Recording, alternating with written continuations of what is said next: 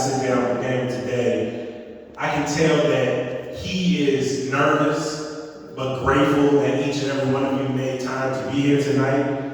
He's excited to share this project with you that is a long time in the making. He's excited to see your faces as you listen to it, and then hopefully in the coming days, as you also send birthday messages, you also send him growing and enduring thoughts about this project as you take some time to listen to it on your own as well. If you're not familiar, Damon Williams is not just an MC and an organizer, but he's a teaching and performing artist. He is the co-director of Let Us Breathe, an organization dedicated to liberation, abolition, and growing movements both across not only this country, but across the transatlantic as well. He is the co-creator of Respire Media, Ergo Radio, two platforms that uplift not only, come on, make some noise for that. It's only a few of us, but we gotta create energy as if we are dozens and dozens more in this room tonight. Those two platforms allow him to bring on and give space to voices, not only in our city, but beyond, that are dreaming past the future that we have been promised to this point, who have a radical imagination about the prospects, not only for our life beyond today, but for the lives, generations and generations beyond our own. And I think this project, in process, in many ways is a culmination of those different hats coming together in an art form that, as an outlooker, it has seemed that Damon has had to put down over the last decade.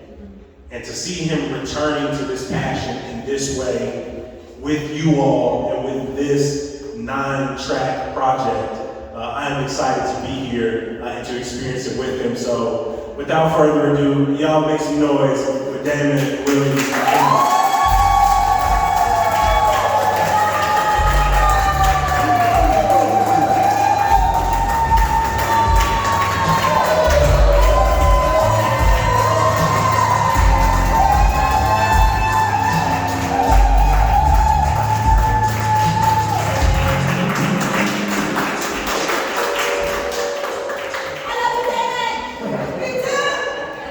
I know we already welcomed him with the sort of tunnel walk onto the court with a lot of energy and a lot of applause, but let's do that one more time, that he's here.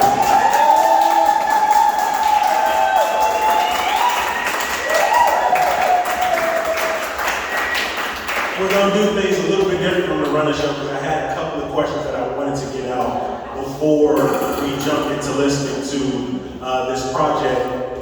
And starting with, I think, a simple question for me, but maybe a tough one for you to answer, but like, how you feeling right now? Well, I'm feeling very grateful to see, for the faces of my people. This is pretty much love and family, so I'm feeling that love.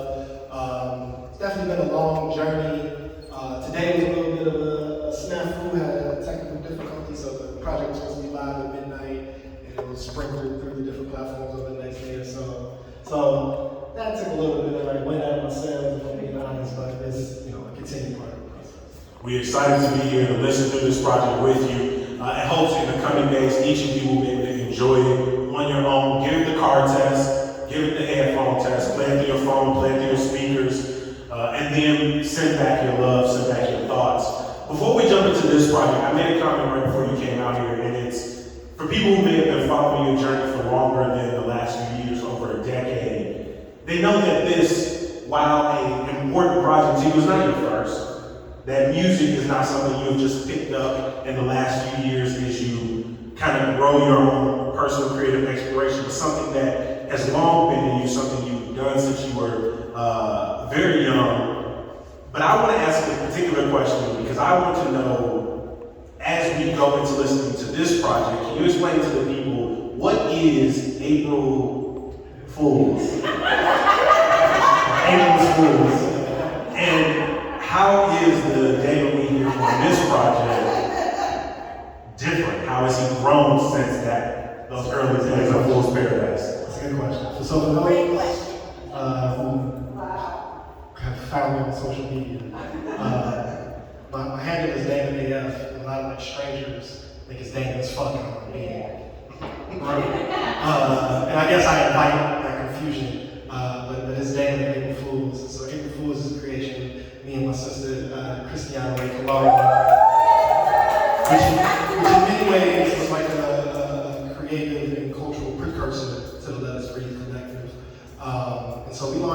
2011. Our mama's name is April.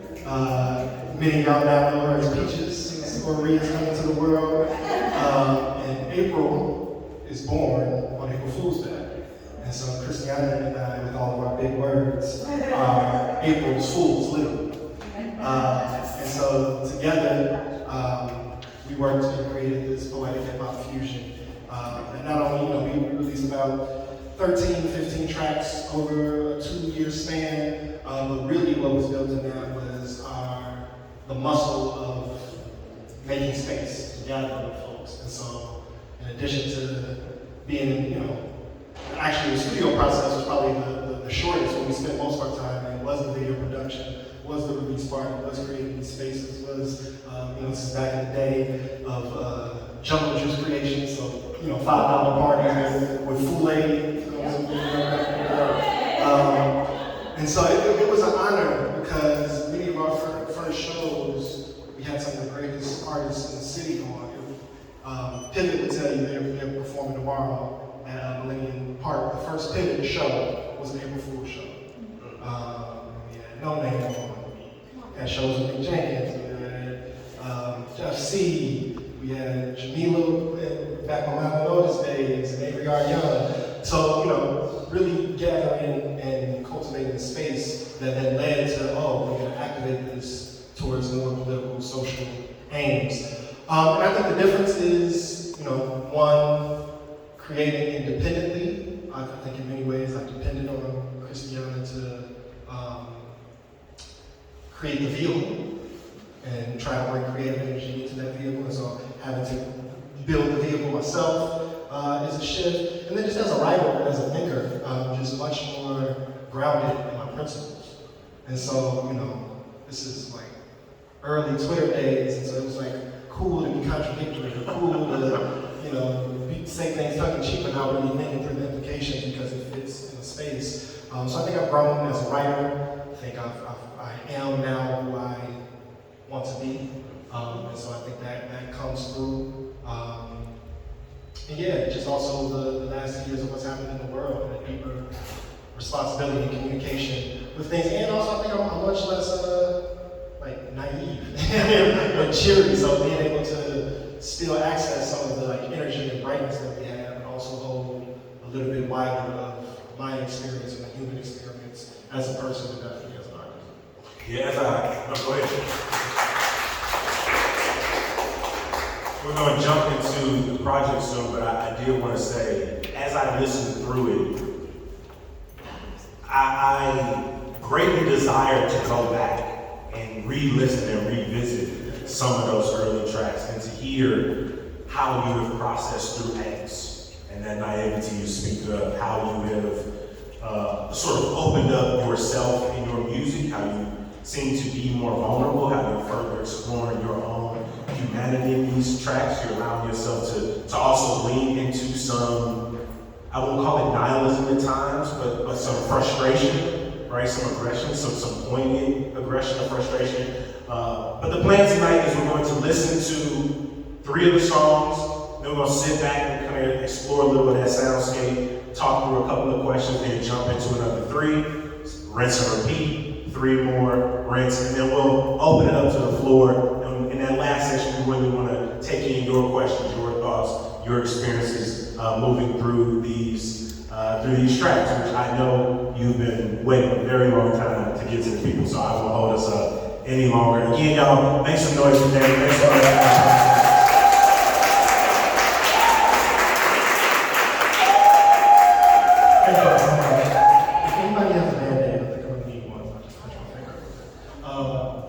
Thank you so much. Thank y'all for being here. In many ways, like in everything I do, I lean on my community, lean on my family, and that's what I see in this room here tonight. So I'm grateful for y'all for being, the trampoline. People say day one's this is literally day one. So if you're in here, consider yourself a day one. Thank you so much.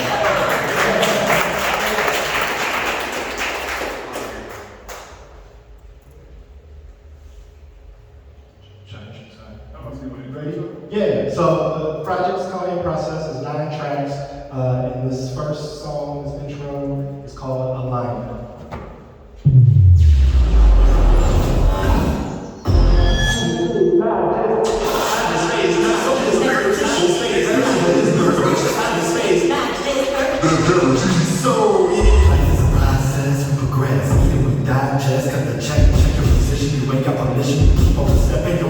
the check. Sentimental discipline pass. Feel the pain with you when you sad. They just look out for head back. Take my lick and get some get back. Need my space, niggas get back. Ain't no my toes like playing tic-tac.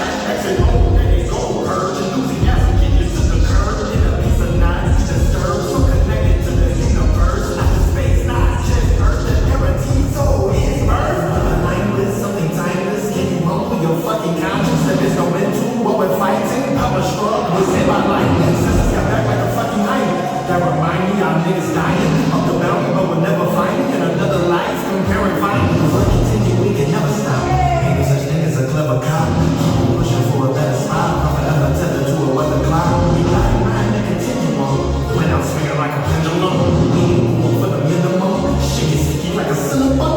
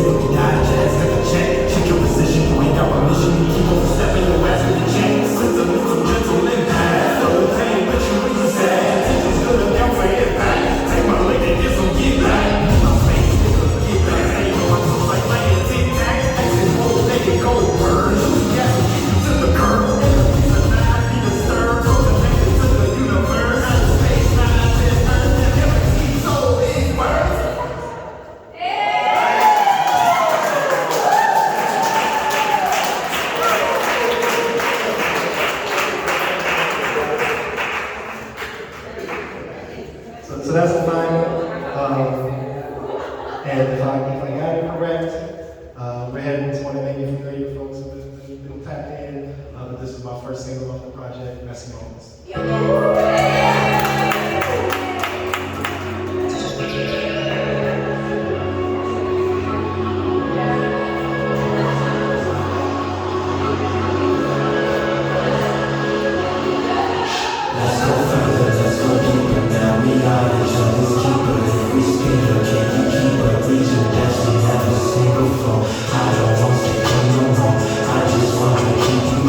Life is there, don't you love me, that's a moment.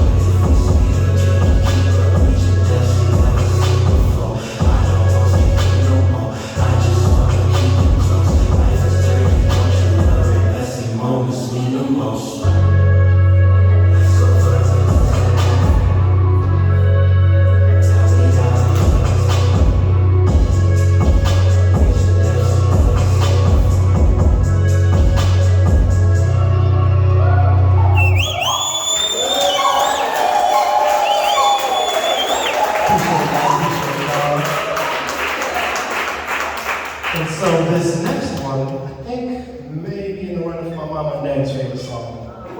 You might need a little bit of space around you for the people next to you. And I love to honor our city and honor our traditions. And Chicago has brought much to the world, and there's some things that we created, house music being one of them. You can drop that. It's called Build It Up.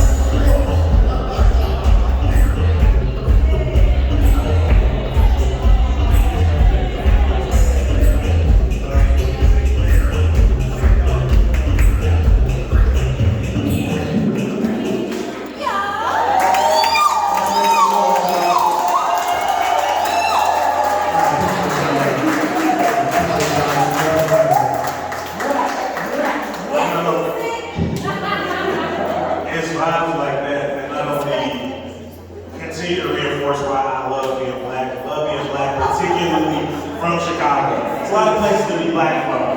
Being from Black Chicago is so uniquely special. Again, let's make some noise for those first three, y'all.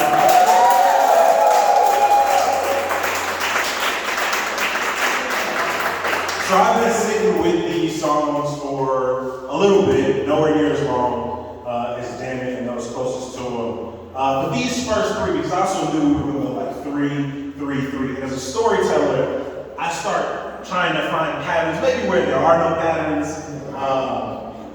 But I really want to explore these first three because there are things happening at multiple levels here. but I want to start with the soundscape at work.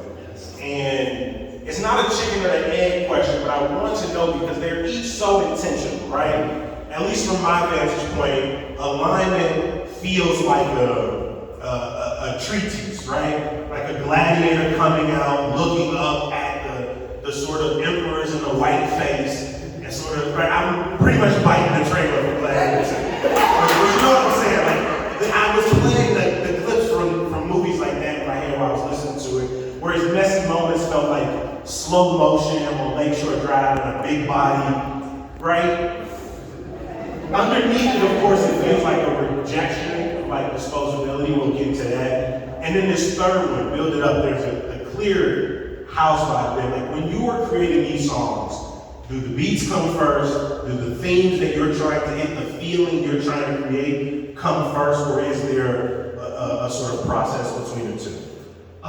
In answering that, I want to shout out my homie, my man, my partner in creating this, Galaxy Francis, just walked in. And so, to answer your question, they all started on the page in silence. But I built a process with Galaxy over a couple of years, and he was really such a gracious, collaborative partner, because he's super skilled, and like to fast forward the story, didn't go into it knowing this would be the plan, but he ended up engineering, producing, and mixing the entire project. So I just want to shout him out for his labor and his skill. He's the president of Studio Shapes, an amazing black-led studio space in the city that's emerging. It's really a home for our artistic movement right now. And so, yeah, the process of how this came together is 95% of the lyrics came out of meditation. And were written as silent verses, and I know how to keep and manipulate rhythm on the page. And so with that, the process didn't start as making a project, the process started as building. And so at first it was like just finding YouTube beats, and we would just get in and lock in and just like get in the practice of composing with music. And my like mad scientist idea was that, oh, I'm gonna make these demos and then I'm gonna have producers produce multiple versions of each of them. And then I'm gonna put it together, and that takes a lot of coordination. I won't even do that shit. And so there was one demo we were working on, and he's like, man, I like this beat. And at the time, he could correct me if it's not right, but when we first started, he wasn't really in the production mode. Like he wears a bunch of hats, he was working on some of his other stuff. He was, recording a lot of folk sessions. But then one day, a piece that's not on the project, will hopefully come out later. He's like, I don't like this, and just like cook something up real quick. And I was like, okay, all right. And then I had Messy Moments, which was the first demo we recorded, the first day we locked in. And I started to do the thing, like, oh, take this around and get it. And so, reached out to homie, had a beat. It was cool, but like, it wasn't working. And through the chemistry, the connection, he was like, I think I know what it needs or what's needed. Basically, in one sitting, cooked up 80 to 90% of the music of what was Messy Moments. And then that process just continued. And so we would have a conversation of, especially as we start to build those muscles, build it up as an example. I came in with 3 versions of like where this could go. This could be like a grunge beat, this could be like, super hard, it could be a little bit more laid back. I think it's a house song. I'm like, oh, okay, now we're going crazy. But alignment, that was very much, and I want to shout out again, and if any artists in here, I really recommend working with Galaxy Francis and schedule alignment, because he's humble in the sense that, I don't know how to program sounds, but I knew what I wanted and was building vocabulary. And so I knew what alignment was, and I knew how I wanted it to sound. And after recording the demo to a track, and then building a new track, and then re-recording it, and then reproducing it, going through 4 or 5 cycles, we just had this collaborative every week process of building. And so that's really where the title came from, because, process comes up in a lot of the other work we do. Something happens between folks, now we're in a process, or talk about your healing journey or meditations being a process. And I had all these demos, 30 to 40 tracks I'm working on, And as I was selecting the ones that I wanted to develop and produce, I needed another folder because it should just disorganized. I just named it the process folder. That's what it was. I looked at it, I was like, oh, that's what all of this is. That language has so many different uses, but primarily it was an expression of technically being able to build this with a really gracious artist, but then also, you know, the support of Jennifer, being able to activate. Because I've been writing, you know, we talked about April Fools. You know, I used to tell people, at least 2011, 2012, like, yeah, I'm trying to get my first project out in 2013. You know, and it wasn't happening. It's like, man, the beats, and then getting to really learning from formerly incarcerated folks. You see this in hip hop, but I see this in movement. Folks will come home with this notebook of work, and it really humbled me. I'm like, man, I have my freedom. And I'm sitting here, and so it's just like, well, this may never happen. I can accept that, right? There may be struggles or blockages, but I can at least do the work with them. And so within that, finding voice, finding ideas, so something like Alignment, something like Messy Moments, I knew the tone, I knew the energetic effect it would have, and then just through like experimentation and collaboration, we built it. Yeah. Make some noise for that, John. One more question before we jump into it. I said we were going to kind of look at the different layers at play. And again, when y'all have a chance to listen to this project through your headphones in a more intimate space, you'll hear the intentionality, the collaboration between Galaxy, between Damon. You'll hear how it plays off of the left and right. It's a lot going on there. And that's purely just in the sound. But like I said earlier, as a storyteller, my brain can't help but to hear a project, I give it a listen through, and I go back, and I start to fasten this protagonist and this journey in my head. And when I listen to these first 3 songs, like I said, that first song feels like a declaration of this is who I am right now, this is where I stand right now, and this is what I stand on. Messy Moments feels like it humbles that character in some ways and sort of reaches out the hand and say, but this is not all about me. This is not inherently selfish. There is just because I've arrived at this moment, there is still space for this messiness, for this collaboration, for this process. And then that third song, while people are sort of dancing and maybe losing it, you really listen close, is then an invitation. I am who I am, and this is where I am, this is what I stand on. My hand has reached out to you where you are, where you stand. And now let's build it. It lets you know we don't have to break some shit. But we don't do it. Build it. The question in all of that breakdown for me is, for you at this point in your life, as someone who is, 10 years into helping build movements, and now creating a project that both introduces yourself to a lot of people, reintroduces yourself, but also reaffirms to those who have been along on this journey with you. What does it look like to stand on your own and say, this is where I am, but still always be ready to educate, to uplift, to humble yourself, to know that, like, as you say in these tracks, like this process, this doesn't end. This thing we are fighting, it does not end. I just want to say, before I get into that, as a professional question answer, these are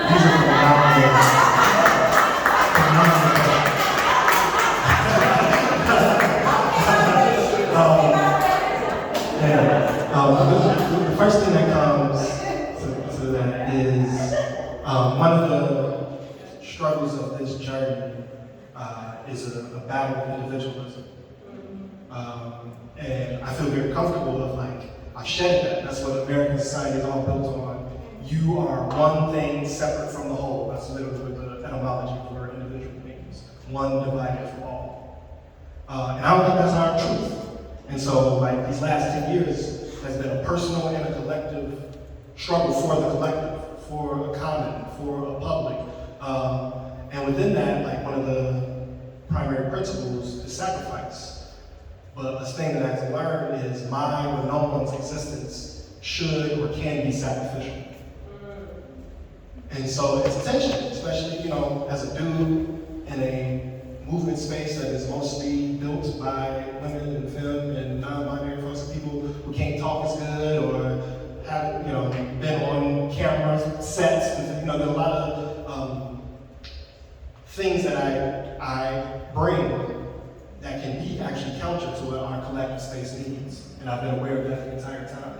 And so part of this journey is send an email and set the schedule, but also wanting to be very careful in how I present to the world, but also to myself of I'm not doing these public facing things that are at the core of my life for personal attention. And so with that, you don't want to be, and there were a lot, you don't want to be the dude at the protest with the button follow me and check the link in my bio. That gets really yucky. And so in that I kind of would only take up space that I was asked to take, which felt principled, but built in some bad practices and habits of stepping outside of myself too much, and not being as present. And so with that, the doing the both of being present, but naming that this is a struggle, naming that this is a collective thing, naming that this is ancestral, but we're also celebrating. And it's also beautiful, it's also love-filled. And so something like Build It Up is that both and. It's really, in many ways, about anarchy or resistance, the idea that we're going to have to break things, but it feels like it's fun, being kind of a little trick or medicine. And so entering with alignment, the first line of that is life is a process. And I'm pretty sure, it was not intended this way, but that's the oldest verse I wrote. The first hook is a verse. And so entering with this process is contradictory, this process is multiple things, as we'll get into, but we have to hold all of ourselves to make ourselves more free and more alive. And so I think we're going to, here comes the day. Here comes the day, here comes the day. Got so much to celebrate, hip hip hooray. Here comes the day, here comes the day. We do this till we free as we making our way. When you do it like this, there's nothing you get. Playing so big, they can never predict. Memory is fractional, I can see the future with the whole exams factory attached to with a suture. I'm surgical with it, bitch, ain't one of her for your big day. Never put out a mixtape, they heard every word I did say. How do you measure impact? The relationship's still intact, essential with the syntax. They love me like I'm sitting out in serious comedian. Delirious expedient, going to the drawer, like I see it, so median. Spoils of wars, I want the taste of my sweet attempt to back in the belly. Like you hit me on the BBM, making noise like EDM. What the hell they hitting up? That boy getting big, I'm now on the medium. Talk the dead people like Eddie Jordan is seeing them. Familiar like the way it come the day for freeing them. Here come the day, here come the day. Got so much to celebrate, hip hip hooray. Here come the day, here come the day. We do this till we free, yes we make it our way. Here come the day, here come the day. Got so much to celebrate, hip hip hooray. Here come the day, here come the day. We do this till we free, yes we make it our way. The time is upon us, we better rejoice. They know who we be, call me the boys. Made an oasis in North Illinois. When I change the kitchen, our boys. Preaching the fire, praising the boys. And I'm gonna raise their voice. The explosion, you couldn't phone me. Exposure, flowers, and gold. Black and red, come on. The rings I go. Bring they shot with a face like I know. We gon' find out some way. Get it straight, and then making way. Here come the day. Here come the day. Got so much to celebrate. Hip hip hooray. Here come the day. Here come the day. We do this till we free. Yes, we make it our way. Here come the day. Here come the day. Got so much to celebrate. Hip hip hooray. Here come the day. Here come the day. We do this till we free. Yes, we make it our way.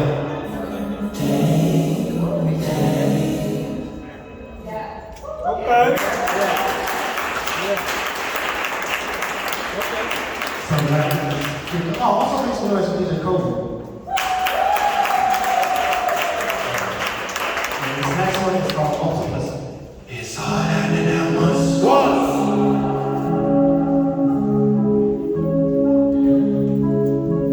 It's all happening at once.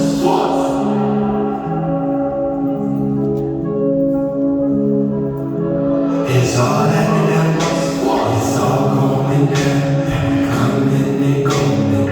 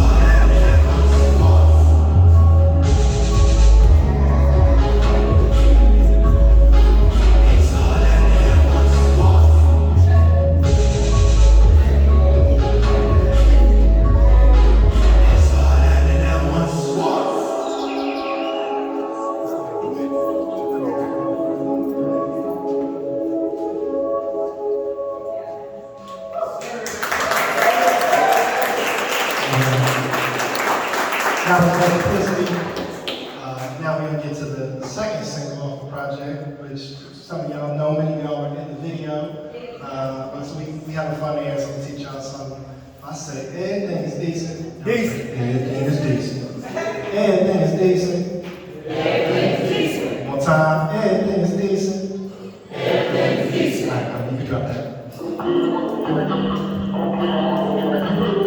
Oh, you're so amazing, you make me feel alright. Oh, you're so amazing. Oh, you're so amazing. I do this for my dignity, releasing down my dignity. Everything your spirit could be picking up the energy. Underground, we live beneath. Find us again, digging deep. Working on the surface, then you're knocking off a sanity. Breaking it down, and I can't show you my identity. That's kind of like me. Broken and infinity. Walking in my city, stepping like a sanity. Can't you color me, go in the circus with the trick of these dimensions. Anything.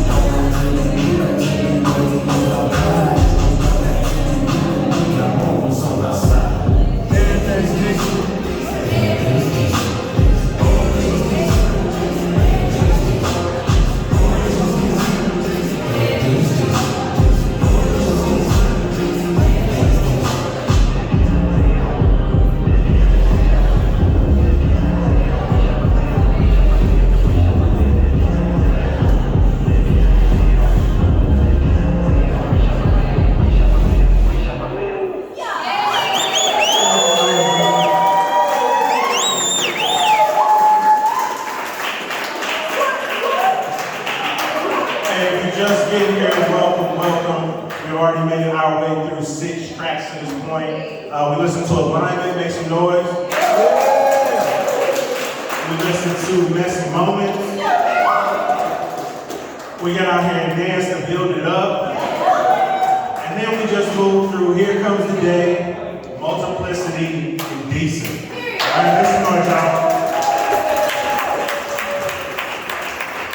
So I said earlier, with each 3-pack, we're gonna kind of come at this in layers, sort of starting up, drilling down, and then sort of checking in on the fictional protagonist that is running through my mind to see if it's still in alignment with how you saw things in your version of this story.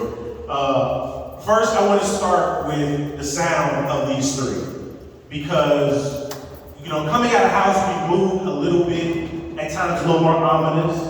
Right? At times you got like some trap bass down in there. And as you're moving through these 3 songs, you hear the influences of some of your mentors, right? You hear Marion Cobb in there, right?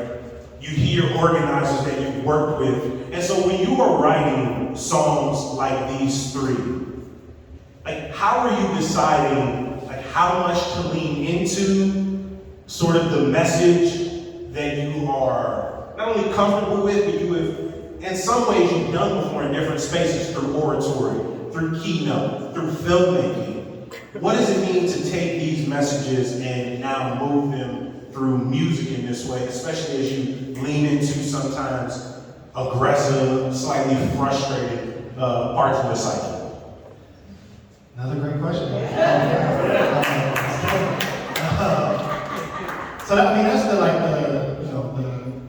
the main balance. So obviously in this conversation, like my life and world is defined by liberation movements. And so in the same way, like trap and drill rappers, like put time in the streets and then are telling the story of those streets. Like the time in these streets is the story from which all of my work comes from. But I wanted pretty much all of the tracks to exist in two ways, where you could just hear it, and it's like, oh, this is a good dance song, or oh, this is a grungy song, and you can rap, and it's a character, oh, I really like this dark heavy tone, and to then, within that, have a double speak or double turn language that, if you know the codes, for the most part, you'll be able to also experience these as freedom songs. But I didn't want to just like make protest political music. And so the like first wave of like affirmation that I received as I was playing things through stuff, playing stuff to people as it was developing, was like a lot of times at first people were like, oh man, you're not preaching on here. I really expected you to be preaching.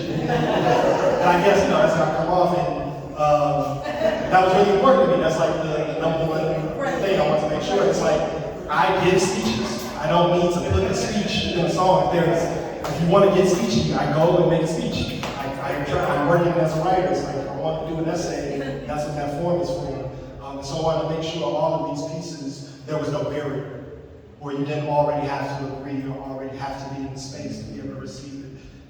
Decent, for example, like how that came together sonically, is from a movement lesson. So the pivot, and like for folks who know Let Us Breathe, and how it became this like communal facing entity, was Memorial Day of 2015, and we were honoring Kia Boyd at Douglas Park in North London. And so that was the first time our direct action went from disruption to like love-based and community-based. And so it's like, man, if you're about to be in the most incarcerated zip code, most schools shut down, all the stats are concentrated. It don't make sense to be one, shutting down traffic, or using our sound system to talk about we're dying, they're killing us. That's not how we want to talk to folks on the porch. And so it's like, oh, we're gonna like, it's Memorial Day, we're gonna treat it like a traveling cookout party. And so I was responsible for, I made the playlist as a story. And so like, this is 2015. And so trying to find songs that like kids would enjoy and like want to come with us and want to dance to. And in that era, bopping was really hard.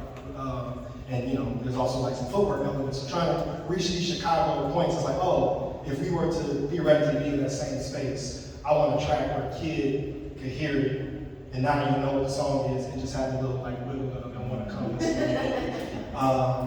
And so that speaks to all of us. And so for people who like, I can also rap. And so like try to get a piece that also a little bit more lyrical, a little bit more heavy tone. I don't want it to all be like a hip house sing-songy piece. I also wanted to get into some more rhythmic, a little bit denser. And so a piece like Multiplicity, which is literally about everything is all happening at once, wanting the like weight, but also kind of the celebration of that to come through sonically was really important. And here comes the day. Marion Cobble once told us this story of, she was like putting together this housing thing, and like only the people that had been showing up showed up. And she said, no one's here. And her mentor like scolded her for it. It's like, no, these people are here. And how dare you? And it speaks to that this language we have like, oh, you're preaching to the choir. And what she told us is the choir is important. The choir comes up and and so one, the idea of choir, and it's like a grungy hip hop song that also is like trying to have like this choral feel, and this idea that the choir is important and the victory that we are fighting for, if we don't think of time as linear, is already happening. So the day is coming, why not celebrate it?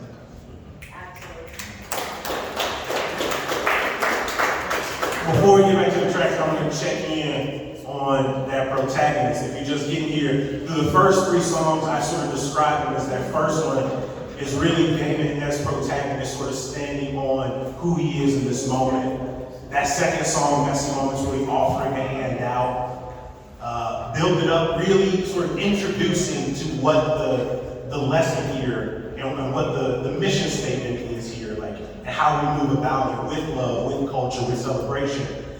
But then it's like the hand is being reached out, there's somebody on the other side, right? And after those 3 songs, they may look back up, hand extended, and they go, well, what the hell are we breaking down, and what are we trying to build back up to? And I love that the 4th song, the 4th track, immediately comes with, Here Comes the Day. Is like, well, what we are breaking down, well, is the prison industrial, nonprofit industrial complex, and global imperialism. And right, and the person is sitting there like, oh, okay. And the very next song is like, oh, well, no, everything's happening at once. It's all happening. Venezuelan migrants are being exploited at the same time. Palestine is being bombarded at the same time. Black communities don't have water at the same time. That incarceration is both going down and going up depending on your data set. And then at that point, the person listening with their hand is like, and then track 6 is like, but everything is decent. When we're trying to move with love, you know, but there's a line that in there between these 3 songs that really stuck with me, which is, you ask, how do you measure impact? And so, as you make movements, as you bring people together with both on the back of the joy, the urgency, the frustration of the moment, but also then tell them, you know, you will not live to see this. Are you still down, in the words of John B. and Tupac? And so for you, how do you measure impact when you know the force in which you're pushing up against is unending? When you know everything's happening at once, that you know, even as you approach things with love and try to see things through a perspective that things are decent, or we gonna be all right, the truth is the house is fucking burning. So how do you measure impact under such precarity? Come on, Jacoby. He's doing that. So I think of impact kind of on the X and Y axis, so like what's happening right now beside us. So the line that sticks with me from the first song the most is, we ain't in it for the recognition, no reckless living on this expedition. And that just comes to me all the time. Like I say that like almost every other day. And I think as a, rap is an egotistical, individualist, capitalist endeavor, how people think of it and receive it. And so trying to subvert that of, are you measuring your impact through status? Are you measuring your impact through your own pleasure and accumulation? Or are you measuring impact based off, the next line of that is, are your relationships intact? And, how do you measure that impact goes in multiple directions? Are you being harmful or are you being beneficial to the people you're in a relationship with? And once you've been harmful, how do we show up to that? How do we account for that? How do we restore that? How do we transform? So that's the X-axis. But then on the Y-axis, bringing those 2 tracks together of Here Comes the Day and Alignment that you're referencing. I don't think of myself as an individual, and that's just not in terms of time. We are our ancestors, and the future, our future descendants are us. It's all happening, and we're accountable to that. And so, like, when I read, some bullshit Eldridge Cleaver said, he was like he was in the Black Panther Party, he was like, talking well, but just did a lot of bogus things. I feel upset, I feel like he's betraying me right now. And so I feel that same responsibility to future generations.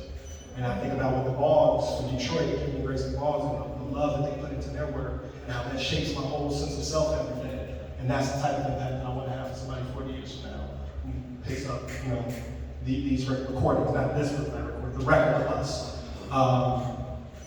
And so I'm like listen to it.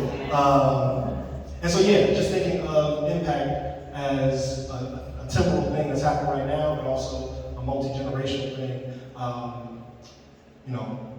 I'll stop there. I don't want to make the speech now. I was about to answer somebody's speech. Y'all heard me on that. This next one is called Autism Graves.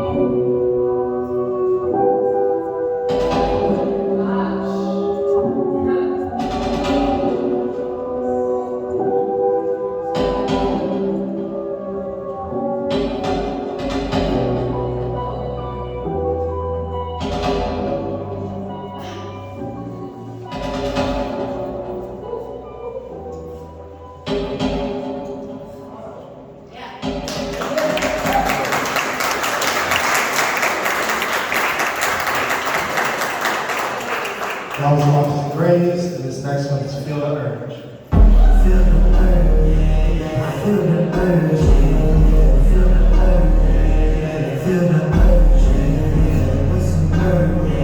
We on the verge, feel the urge, feel the urge, feel the urge, feel the urge, feel the urge, feel the urge, what's the urge? We on the verge, feel the urge. Feel the urge,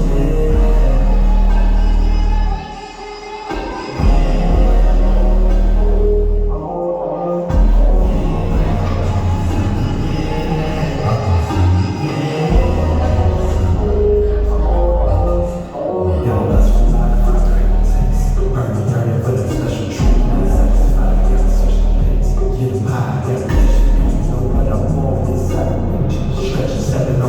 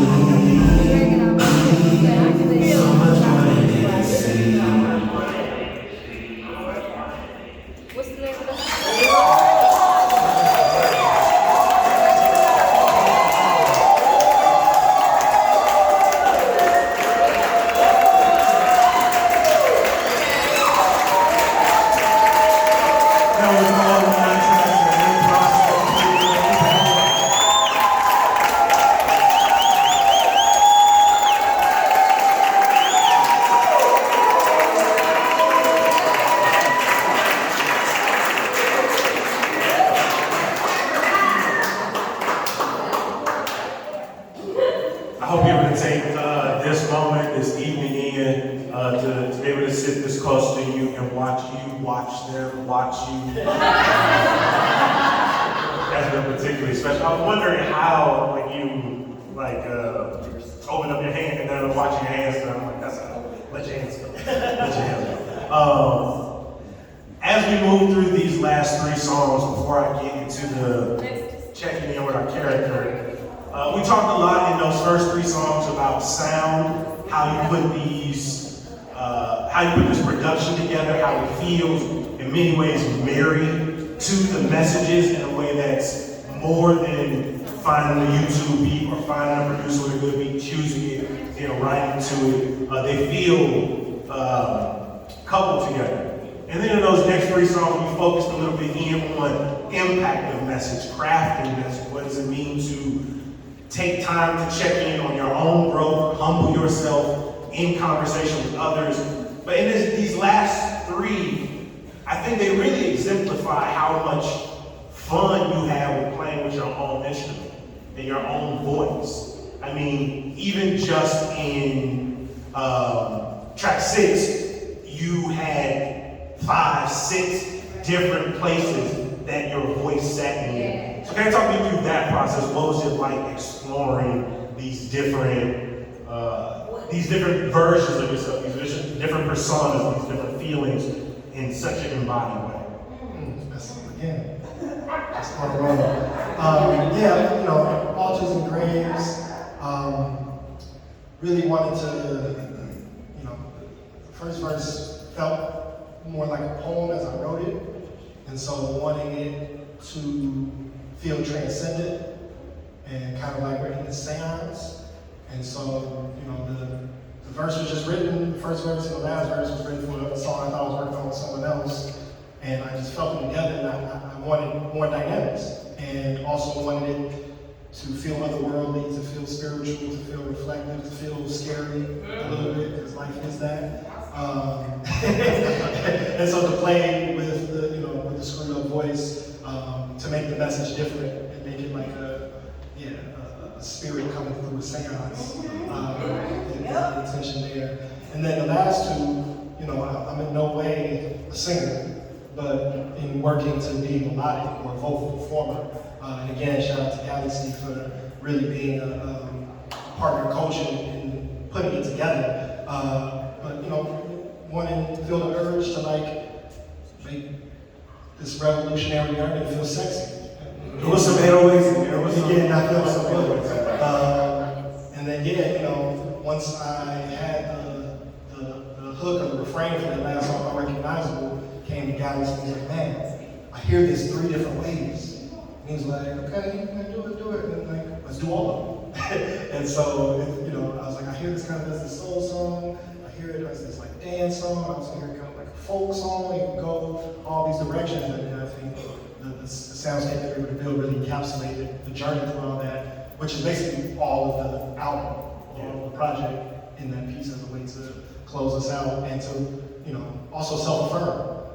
And so similar to the question about voice, what the tracks bring out, for me, at least that last one, is we do so much personally, collectively with these notions of recognition. We gonna show them, or they gonna see us, or we gonna teach, and it's like, really, if you're not in the room, if you're not in the space, you couldn't get it if you tried. And so why are we spending so much time for these external validations that aren't even possible, and if they do come through, they don't mean anything, they're frivolous. And so wanting to really close out again in high spirits, the energy of celebrating this life that we're living together, but recognizing that only we can recognize.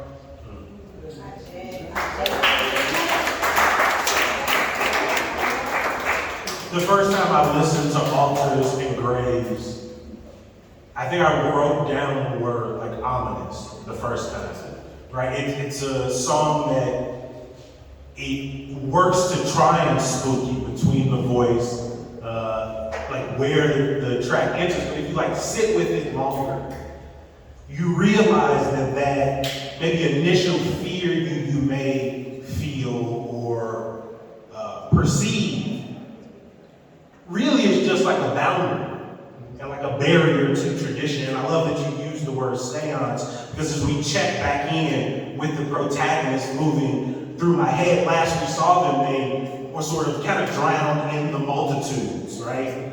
Like this is a huge system that we are up against. And yes, I understand things are decent, right? And that we are leading with love, but this is terrifying. This is scary.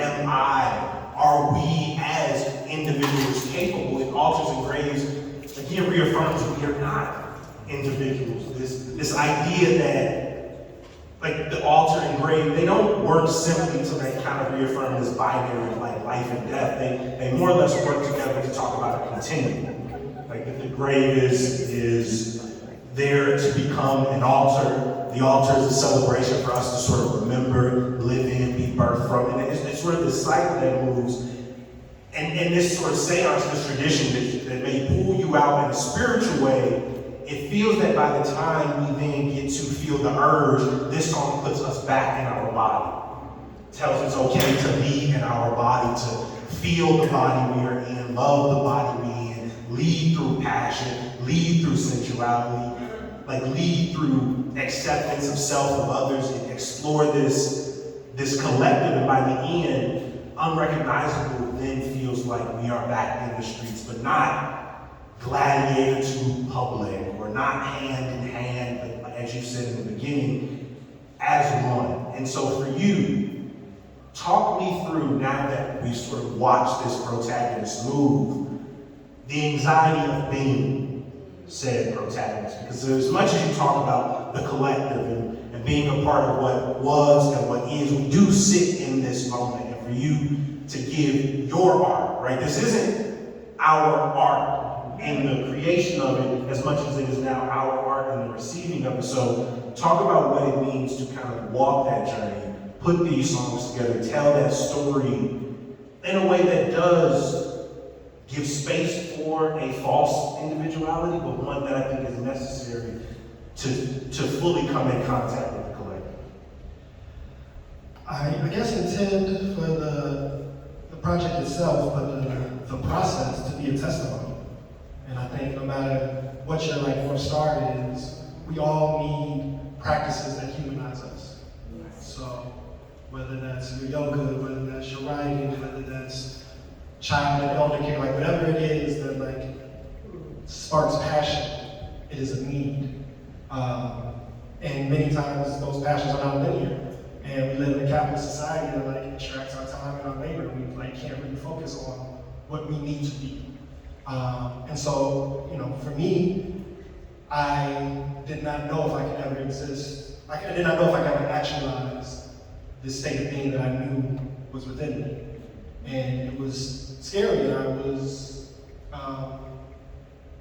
struggled, and then to get into the process and to practice and to recreate and to edit and to rough draft, I want everybody in their space to do that, So like I said, I was telling people I'm gonna be releasing a project in 2013, and it's 2024, and I've heard people before me talk about putting in that type of time, or being removed and having this more eternal or spiritual patience, and I was afraid that I wouldn't activate it. And so now, in being able to release this fear of when I lived my whole life not doing something I was passionate about, I feel like one, I can exist in myself more. I want that to be a testimony for folks, but also I want to encourage people to face that struggle of whatever it is, your passion or your spark or the thing that humanizes you, that gives you that energy.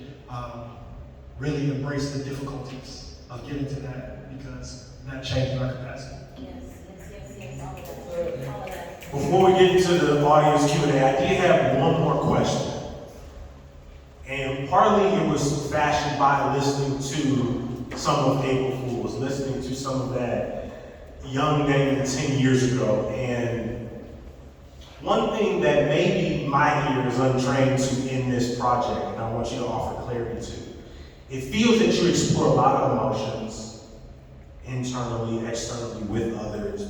But one that I don't hear as clear that you sit with is grief.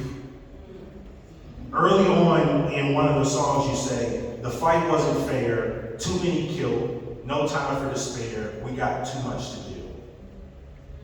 Where is the time in this process for despair and grief, because there are a lot of altars and a lot of graves and a lot of memorialization in this process. And the temporality or the temporal space that we are before and after doesn't change the very present grief that drives a lot of our own growth in this movement and outside of it.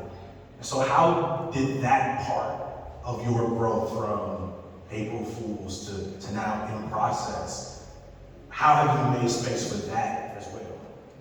That's a really beautiful question. And so, I have learned a lot about grief. So our movement is about death, right? Like for many of us, folks started around Trayvon, or started around Mike Brown, or Kia Boyd, or Eric Garner, or Philando Castile, or Alton Sterling, and then we activate and then go do a bunch of shit, and then we get tired, But we don't, I think, process the fact that this is a collective grief practice. We think about it in terms of power, or in terms of resistance, or in terms of anger, or even in terms of like love and beauty and creativity. So that lesson, deep personal, from a more collective, but then, as our families have to learn to face grief in these last few years much more directly, I've learned that we don't even, I think, have a full sense of the word. I think it has been valuable to me to no longer see grief and mourning as just synonyms.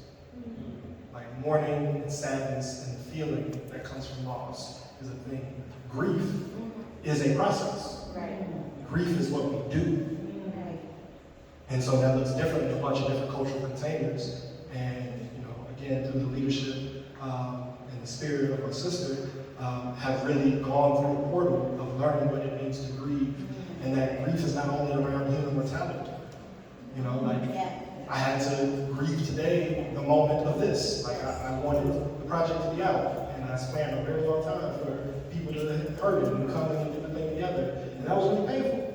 And needing to face that and to do and to allow those feelings, so not just the sadness, but holding, moving, and then what really learned is that grief is also not a still process, or does not have to be. It can also be a very active, a very creative process. And so Altars and Graves, again, the verses were anchors that came before, but the hook came in this process of how I connected. And so, just to name it, me and Galaxy locked in October of 2021, and we lost a week in August.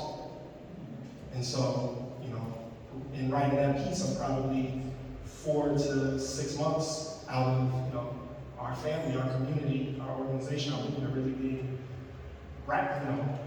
ravaged by loss, and then having to learn more technologies of grief. And so I think for us to be on this ancestral journey, right, and to recognize that, this is the thing I was going to say earlier, we should see ourselves as a 4th generation. When I say 4th generation, we talk about abolition a lot, and I want to go back to the abolition of chattel slavery. People may have heard me say this before. Chattel slavery lasted about 247 years. That's approximately 7 generations. And so if we imagine ourselves as that 4th generation, that means your parent, grandparent, and great-grandparent lived and died in bondage. And your child, grandchild, and great-grandchild could have lived and died in bondage. But that 4th generation, every day people woke up creating and wanting more freedom. And if it wasn't for that commitment to exist, to survive, to subvert, to sabotage, to run away, to write narratives, to make songs, to build quilts and maps, we would have never left those plantations. And so if we think ourselves now as a part of that continuum, and if we're a 4th generation, we're just pushing the ball along. And that requires muscle, and those muscles aren't physical. And to build those muscles, we need to practice and exercise. And to recognize that we're holding these generations, and many of them have experienced trauma, and many of them have experienced joy and triumph. And I think we're just moving with that unconsciously. We just, trying to get our check, trying to, get through our tasks, get through our calendar, and we're feeling things. Things are coming up that either propel us or interrupt us. And I don't think enough of us get the space to really check in what that is. And so I think grief as a practice of life celebration moves us forward to make new possibilities for the 7th generation.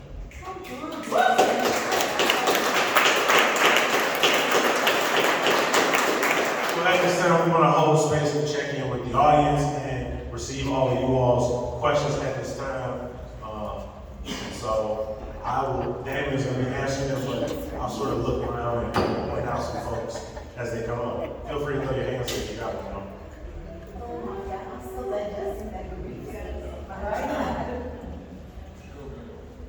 Go right ahead. Hey, Sean. What's up? Can everybody hear him? Yeah. All right, cool. So, as one thing I really appreciate is getting a fresh listen. As a house DJ, I appreciate the ceremony.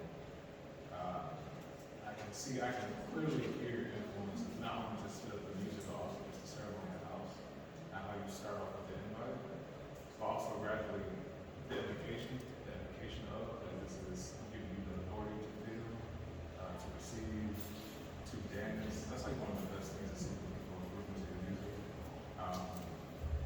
I'm wondering, is the ceremonies that you replicated in this process here, as I also based in the ceremonies you also have digested a lot of house music as well. That's just like a personal question, but I can see the translation.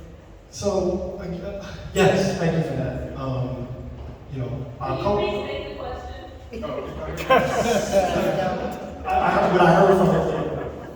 Oh, great. Okay. That's good. Yeah, a little leg.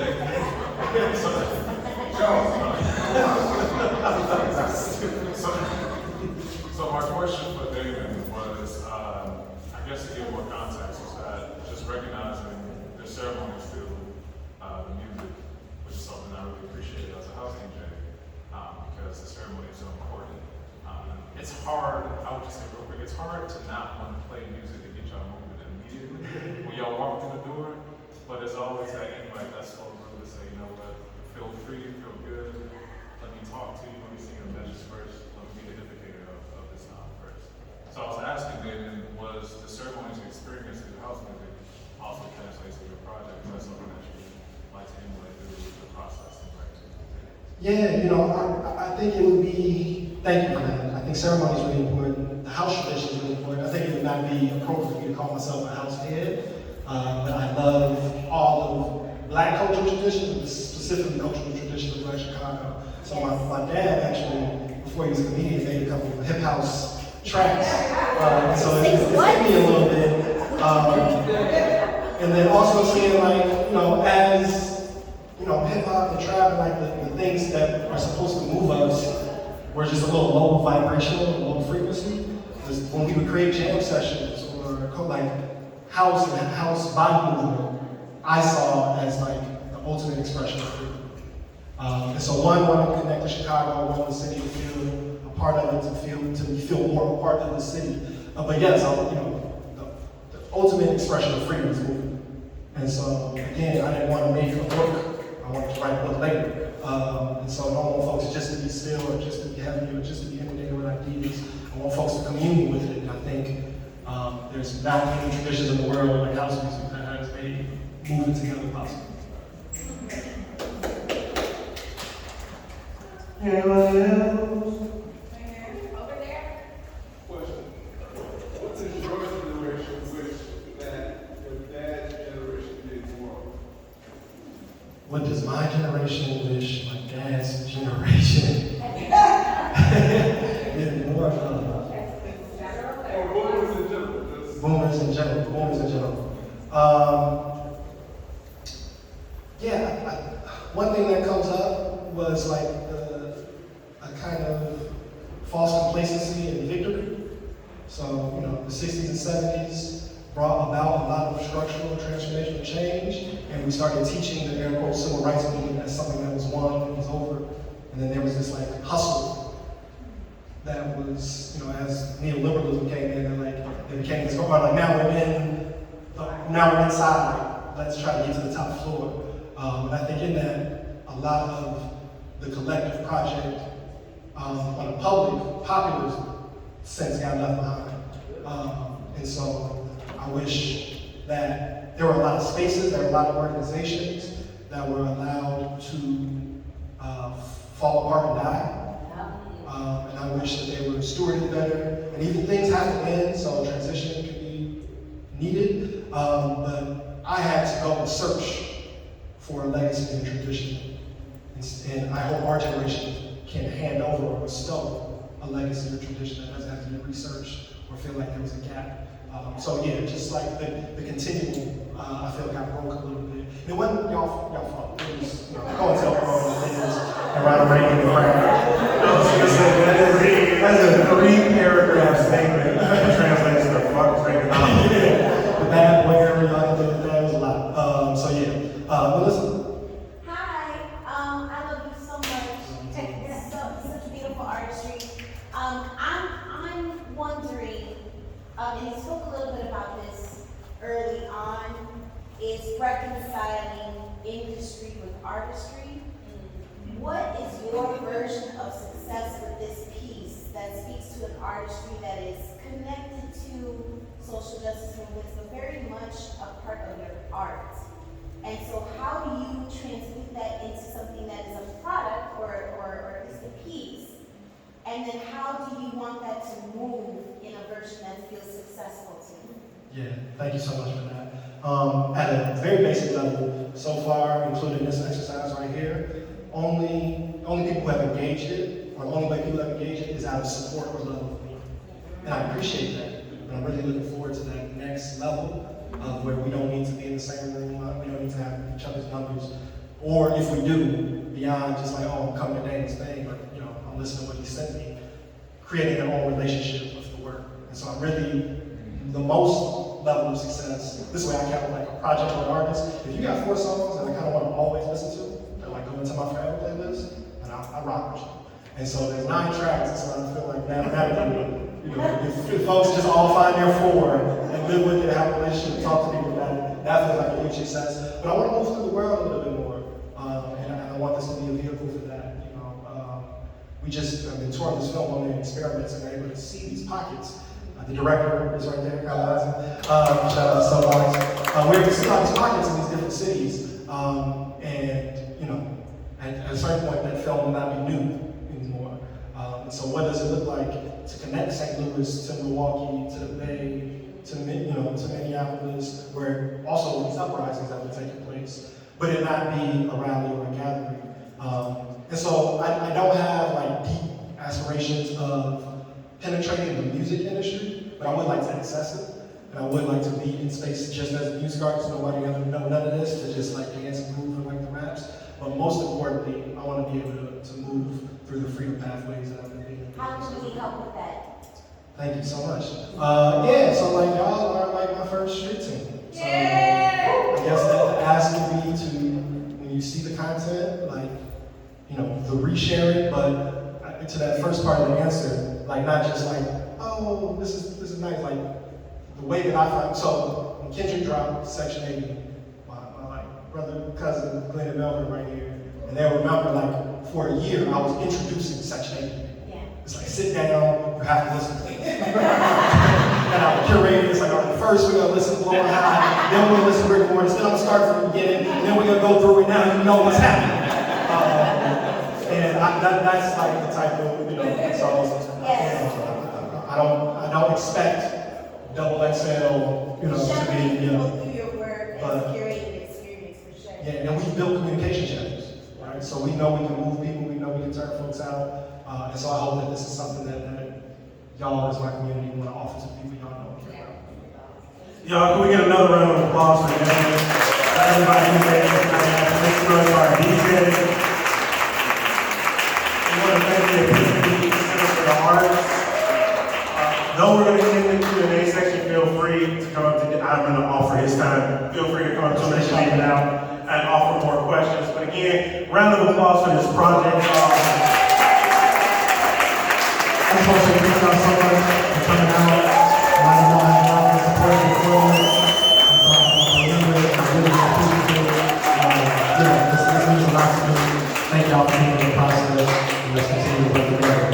Could you run it back while we wind down? Could you play the project? 1 second before we play the project. Just want to do one more thing real quick. Happy birthday to you. Happy birthday.